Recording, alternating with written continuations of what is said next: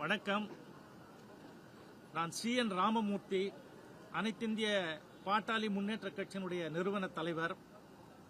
எங்க கட்சியின் சார்பாக இன்றைக்கு தமிழக முதல்வர் அவர்களை சந்தித்து எங்களுடைய ஆதரவை மதச்சார்பற்ற முற்போக்கு கூட்டணிக்கு ஆதரவு தெரிவித்து நாங்கள் ஏற்கனவே கடிதம் கொடுத்திருக்கிறோம். இன்றைக்கு சந்தித்து நேரடியாக எங்களுடைய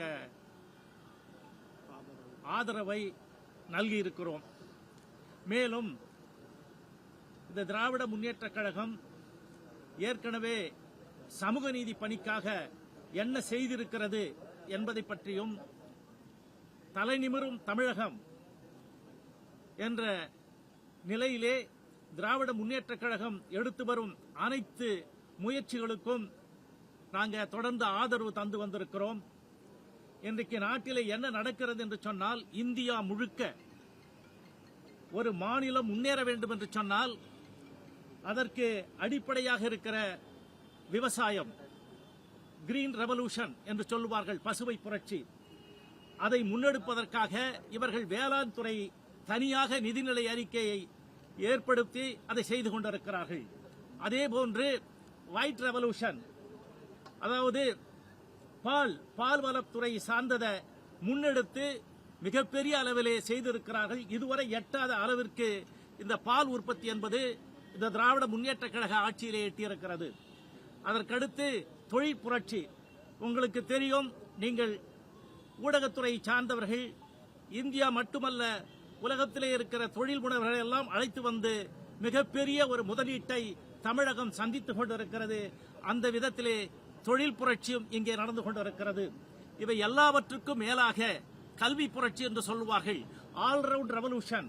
எல்லா நிலையிலும் மேம்பட வேண்டும் என்று சொன்னால் எல்லோருக்கும் கல்வி கிடைக்க வேண்டும் என்ற நிலையிலே அதெல்லாம் பல்வேறு வாய்ப்புகள்ல, வழிகள்ல எல்லாத்தையும் இந்த திராவிட முன்னேற்ற கழகம் செய்திருக்கிறது.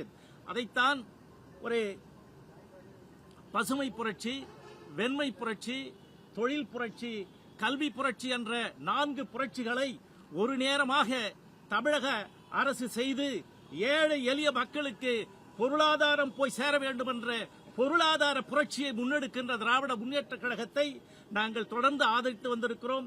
இந்த தேர்தலிலும் ஆதரிப்போம். அவர்கள் 200 என்று சொல்லி இருக்கிறார்கள் முதல்வர் அவர்கள். அதையும் தாண்டி வெற்றி பெற்று அவர்கள் ஆட்சி அமைய வேண்டும். அதற்காக நாங்கள் பாடுபடுவோம். எங்க கட்சியின் சார்பாக தமிழகம் முழுவதும் பயணித்து இந்த விளக்கங்களை எல்லாம் எடுத்துச் சொல்லி இதனுடைய ஆட்சி ஏன் இருக்க வேண்டும் என்பதை உறுதிப்படுத்துகின்ற விதத்திலே எங்களுடைய தேர்தல் பிரச்சார பணி இருக்கிறது. பிரச்சாரம் செய்ய இருக்கிறோம்.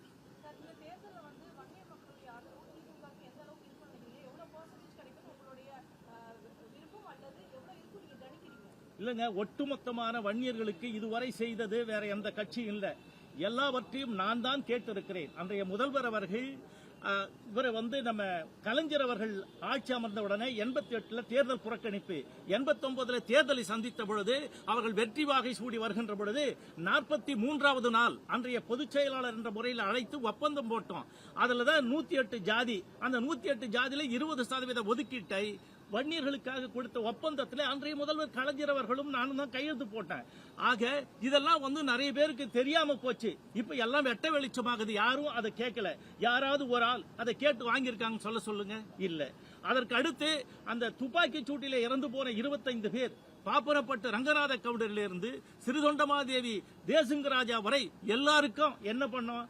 ஒவ்வொருத்தருடைய குடும்பத்திற்கும் 3000 ரூபாய் இன்றைக்கு பெற்றுக் கொண்டிருக்கிறார்கள். அதாவது மாதாந்திர பென்ஷன். அதுக்கப்புறம் 3 லட்சம் ரூபாய் கருணை தொகை. அந்த காலத்தில் கருணை தொகை என்பதே 25,000 தாண்டியது இல்லை. அதெல்லாம் அவர் கலைஞர் அவர்களை பேசி கேட்டு அவர்களை எடுத்து விட்டது யாரு? வாங்கி கொடுத்தது இந்த சாட்சாத் CN ராமமூர்த்தி. வேற எந்த சமுதாய அமைப்புகளும் வரவில்லை. யாரும் சொல்லிக்கிறவங்க யாரும் இல்லை.